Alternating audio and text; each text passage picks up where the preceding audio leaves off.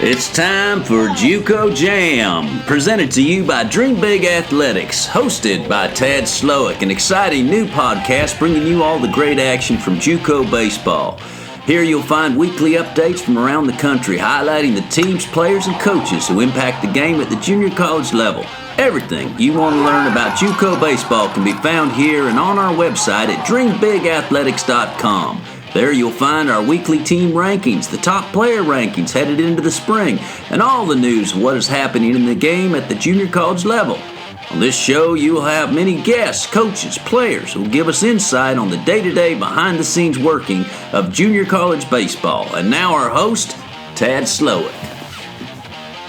Welcome, baseball fans, to another episode of the JUCO Jam podcast, brought to you by Dream Big Athletics. I'm your host, Tad Slowick, and I'm joined here by my sidekick, Lou Temple. Lou, how you doing today? Woo-wee! Fishing's fine, Tad Slowick. Here we are, right in the middle of March, and baseball is cooking, man. Highlights from the week of March 12th, and there was plenty of highlights here. Starting, want to give a shout out to head coach Hector Rodriguez for Midland, who just won his 200th game this weekend. Congratulations to him and to the Midland team, Chaparrals, and they're having a great season, 17-2 right now. So there'll be plenty more wins there in Coach Rodriguez's resume. Nice going, Coach Rodriguez. 200 wins. That's quite a feat. I mean, that's racking up some wins and staying consistent. And Midland is a force. Obviously, they come to play every week. So yeah, he's done a great job at that program. They've been really strong the past few years, and just doing a great job. They're coming in at number 13 this week. Like I said, 17-2 and playing good baseball. Not much changes at the top of the rankings here. The top 10 teams are pretty much the same.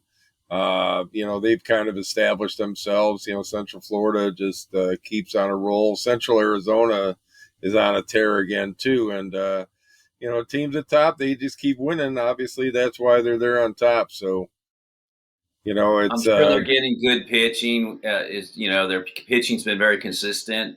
Seems like they're getting good starts. They can rely on innings getting eaten up and solid bullpen help. Scoring a lot of runs never hurts anyone. So they're doing all the right things to amass these records.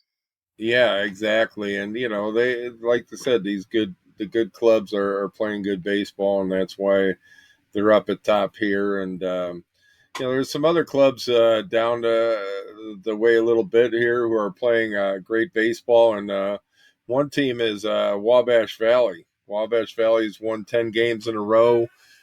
They're playing very good baseball and being consistent. They had that big 3-game sweep of Georgia Highlands a couple weeks back, and they haven't looked back since then. Just nothing but a tear. They got some quality arms to rely on there for their success. One is Agno Miranda, who we see here earlier in the year down in Panama City, throwing the ball past the hitter. Miranda's got a real good fastball and a good tight slider and just a good feel for pitching. Got a good changeup, plus changeup, and has really been a strong force for them. He hasn't lost a game yet. He's 3-0, and he's got 29 Ks in 26 innings, and just has been throwing the ball real well. Another one of their starters, Jacob Frost, left-handed pitcher. He's a guy who could really mix it up for them. Changes speed, keeps hitters off balance. He's got a 1.57 earner average, and not many people are barreling him up either. And then they got a great bullpen.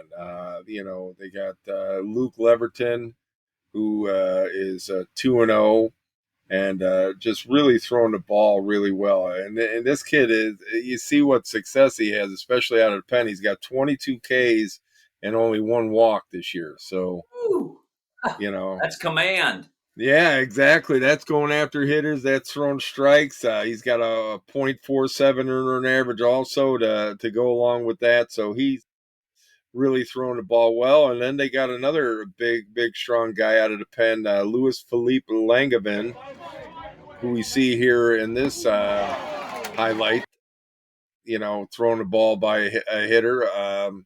Like I said, early down in Panama City, and just is a strong kid that really brings it, throws quality fastballs in the zone, real tight slider, and just been getting after it also for them. Nicholas Williams, he's hitting 382 with 7 homers and 29 RBIs, and just Richard Bonamaro also hitting 474. He's got 16 stolen bases, so both those guys are producing offense for this team, and like I said, they got some depth on the mound, so uh, looking real strong. Yeah, you're gonna face some good pitching when you tee it up with them. Yeah, exactly. Just a little slow start, getting out of the gate down in Florida, which is expected, coming out of the north. Also, just going to head out here tomorrow morning. Going to see some big games here this week. We got Connor State, who has just been tearing it up lately. They've won 23 in a row, and just tearing it up and playing good baseball. And they're going to get their first real big test here. They play Crowder, number 16 Crowder, and Yeah, for sure.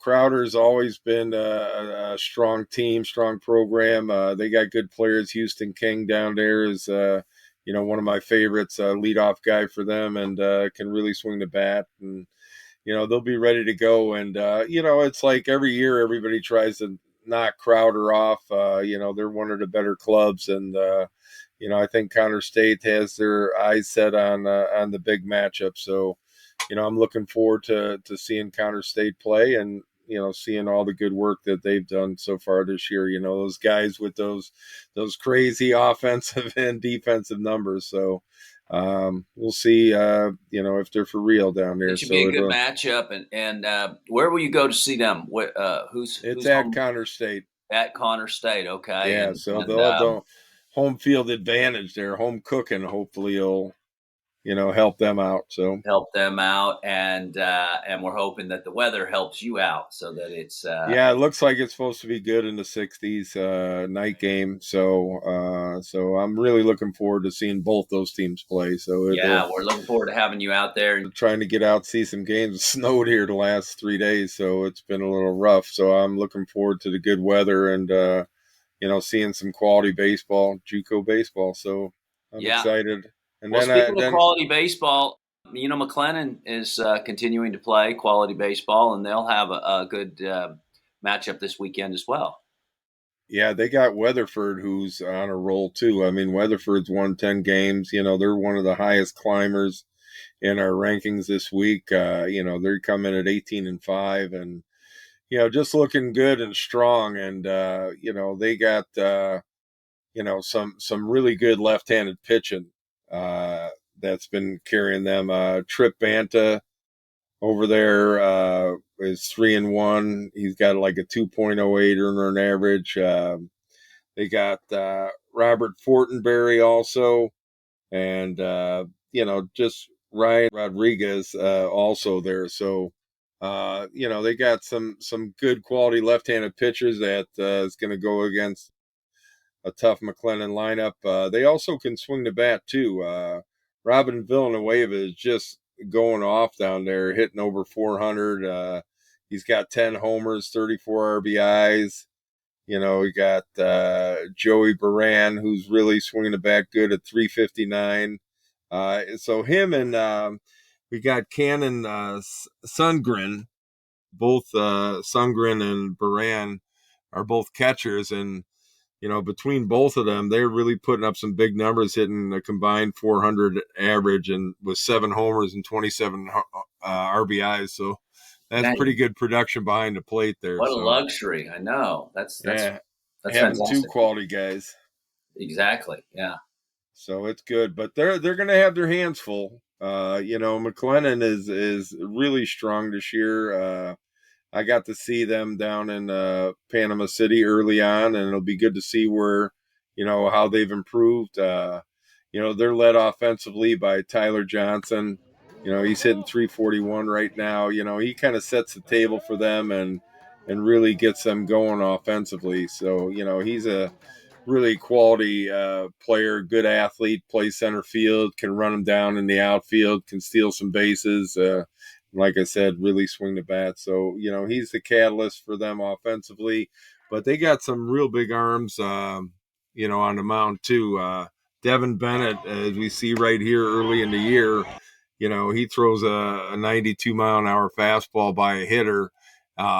He's also got a plus slider, and I saw him up to 97 in the fall, so hopefully he's caught in stride, and he's probably bringing it a little bit more right now. So as the season has gone along, so he's really been strong for them. So also they have some really good quality bullpen guys. Will Clement, as we see right here, Will Clement, 92 to 94 mile an hour guy, and heavy sink on his fastball, gets a lot of outs, and got a good slider to go with that also. And so as you can tell right here, he's coming right after the hitters and really getting after it. And another guy they got out of the pen who's thrown real well is Will Glatch. He's a low 90s guy, but he's got a hell of a split.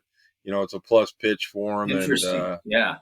yeah, so they got a couple guys out of the bullpen that are just quality guys, and that are going to be giving Weatherford some trouble too. So they got another good depth on the mound too. So this is going to be a great matchup between two quality Texas teams, Of course. and this is a big Region 5 matchup too. This is two of the best teams in Region 5. Midland's also playing well, so Yeah. this will be a good test to see where who's the king of Region 5 a little bit here. So Good old fashioned Texas shootout. yeah, oh yeah, no, it's going to be a Texas shootout. All right, it's good stuff. Good quality teams, and I'm looking forward to it. Get out there, and you'll see all the highlights here on next week's podcast. We'll get you the highlights and the the play-by-play a little bit, and see who We'll see gets what. the best of who. Yeah, we'll see what you drop on us. How about Division Two now, Tad? Heading into this week, obviously, like Division One, the top teams have continued to play really well in that top 10. But what are some teams that you're keeping your eye on, Division Two? Well, obviously, Madison has finally got out of the indoors up there in Oh yeah, Wisconsin. And they, the thing I like about them every year, Mike Davenport does a great job for them.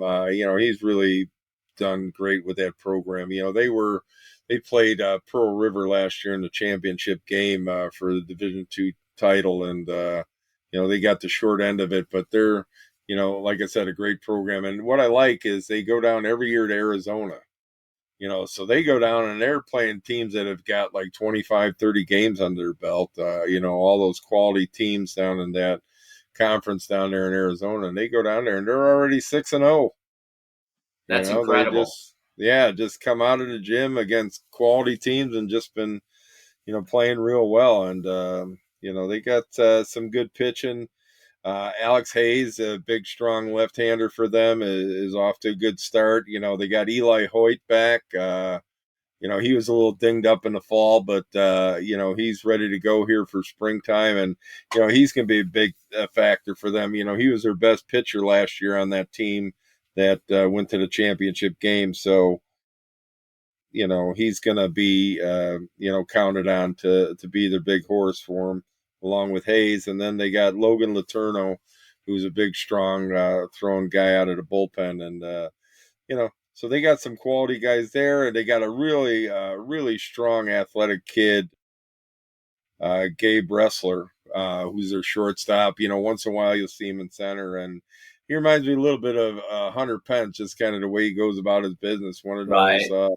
tall, long-legged guys who can run and do some things. And and he's a guy that he gets things together. He's going to be a big force for them. Also, they got Grant Ross, who's can swing the bat real good for them, and also Nick Nowak. So Madison is going to be a factor there at the top of the heap. Obviously, Heartland is playing real well still. LSU Eunice, who the hell knows when they're going to lose? I mean, they are just playing quality baseball. And then, like I said, there's those other teams. Iowa Central, Parkland's playing good. St. John's River coming on real strong right now. And one of the big movers too is Pasco Hernando has really put it together down in Florida. Right. They've been strong also. And then quality programs who went to the World Series last year, like Frederick and Lansing, are finally getting their feet on the ground and playing good baseball and showing what they got. Those teams will be a factor also. So I like the fact that we got some new teams in there at the bottom too. Itawamba's coming in and playing really good over there. Heston, also a team who's really come on strong this year. And then, you got Montgomery and Westchester. They weren't a fluke. They keep winning, and the newbies are doing well. And we also added Lake County at 9-1. Lake County's off to 9-1 start up here in Illinois. So they had to go south for their games, but but they're winning and doing well. And this is Division II is really shaping up real nicely, and it's going to be an exciting year with Division II also, as well as Division One. And then, like I said, next week we're going to have a lot more information about D3 and all the good teams that are over there as they get started. A lot of them are down in Florida this week playing each other and, against other quality programs from around the country. So, Yeah, well, we'll get you caught up, everyone caught up on D3 next week, and D2 is like you said, playing fantastic baseball. It's so impressive, Tad, to see all of the teams playing well, not just a team like Eunice. I mean, they're obviously playing well, but everyone's chasing them, and it's a race, So it's really some great programs and great records starting the season. yeah, exactly. Then just a fierce competition. I mean, the quality number of quality teams there are just exciting. Well, we want to introduce a new feature in the JUCO Jam this week, and that is the Pro Prospect Highlight. Tad, as a scout, a professional evaluator, you've had a chance to see some players, and there's a couple guys that you'd like to just discuss from a higher level of baseball evaluation. Why don't you go ahead and take that away for us?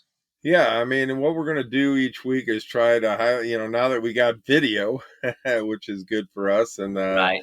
we're going to show you guys the audience videos of players and their capabilities, and talk a little bit more in depth about the quality of players we got at the JUCO level, the guys who are more on the radars of the major league scouts. Most of these kids are on the radar of the college scouts, but there's some guys up at the top who are really strong players who I really think need to be highlighted. So we're going to try to do that each week, highlight a couple of players that are really playing well and also have the tools and the abilities to take their game to the highest of levels. So Gavin Adams, right-handed pitcher from Indian River State. I got a chance to see him right out of the gate outside Orlando early first weekend series. And, this guy comes out first weekend, he's a prototypical pitcher. He's 6'4", about 195, 200 pounds. And, just the ball just flies off his fingertips. He was 95 to 98, just the ball jumping out of his hand. Yeah. He's definitely throwing some heat and throwing it by hitters consistently. He had 5 strikeouts, I think, in the first 2 innings. And they weren't cheap either. He was just coming right after people. He's got that quality fastball in his zone where he could pitch in his zone with his stuff. He's got some late movement on it, and he's got a real good slider, real deceptive slider. It's a hard one, 84, 86, and gets on hitters late, and it just kind of just bottoms out there at the end, just dives down in the zone, and it's a definite swing and miss pitch, and he's got 2+ pitches right there, and I really think this guy is definitely a draftable, high draft type player, and I think you'll see him at the next level. He's got a ride to Florida State, but I don't know. It's going to be interesting to see which he chooses, because I think he's going to definitely have the pro options, because this kid, Mechanically, he's sound, yeah, obviously, and yeah, he's athletic. He repeats his delivery. He throws the ball well. And he'll develop a third pitch. Have that changeup. He has showed a couple of them, and it's going to be a good pitch down the road. So, that he's got the two pitches that he needs to play at the next level right now, and he's going to do nothing but get better. So, Gavin Adams is the guy to really keep an eye on, especially around draft time. all right, Gavin Adams. Next guy is Marty Gare from Florida Southwestern. Another hard thrown kid, came from UNC Wilmington, and just came at mid break here, and has really shown well out of the gate. He's 94 to 97.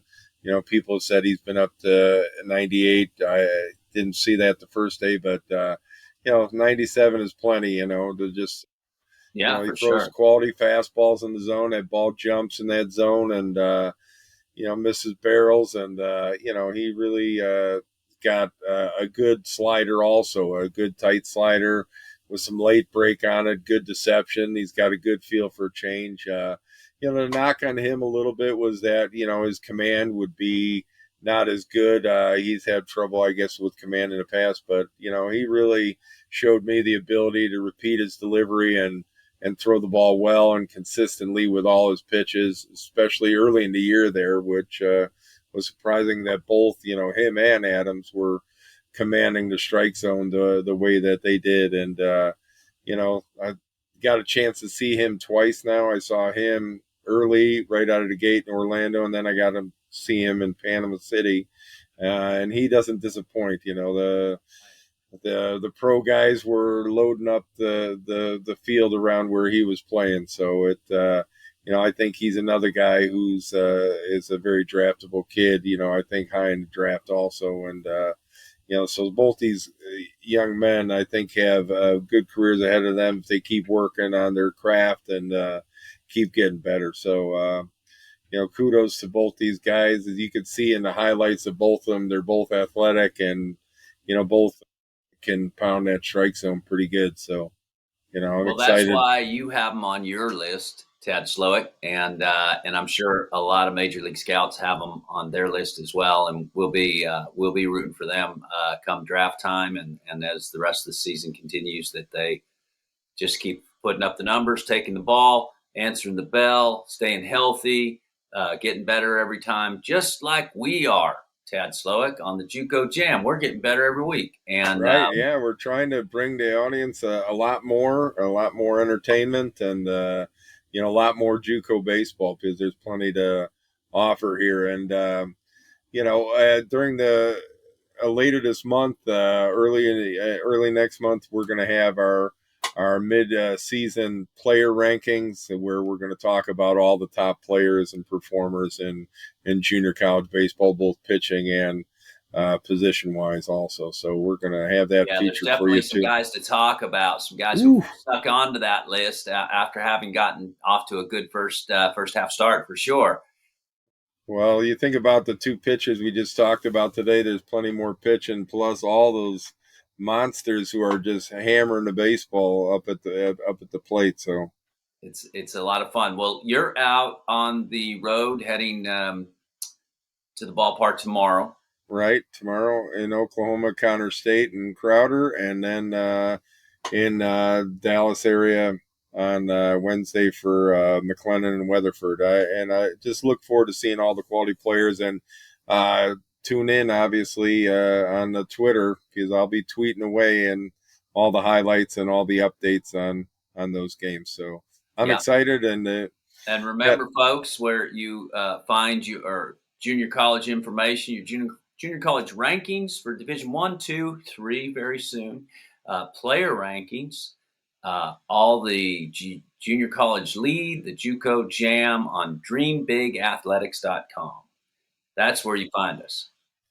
Well, this has been another enjoyable episode, Lou, and I was glad you got a chance to share time with us. And I look forward to doing a lot more of these. I like our new format and getting fans a little more entertainment, so getting to see some of these players on highlights. And, we're going to have here coaches and players in our, I don't know if it would say our studio, because it's not a studio, but on our podcast shortly. Yeah. So we'll call it a remote studio, all right? Remote studio, right? There exactly. We go. Yeah, we're live in the remote. So, well, thank you for having me. It's always a pleasure. It's fun to listen to you talk baseball and talk passionately about junior college baseball, and I'm learning so much about it, and I love it as well. So let's keep on keeping on, right? Yeah, absolutely. We'll just keep the train rolling.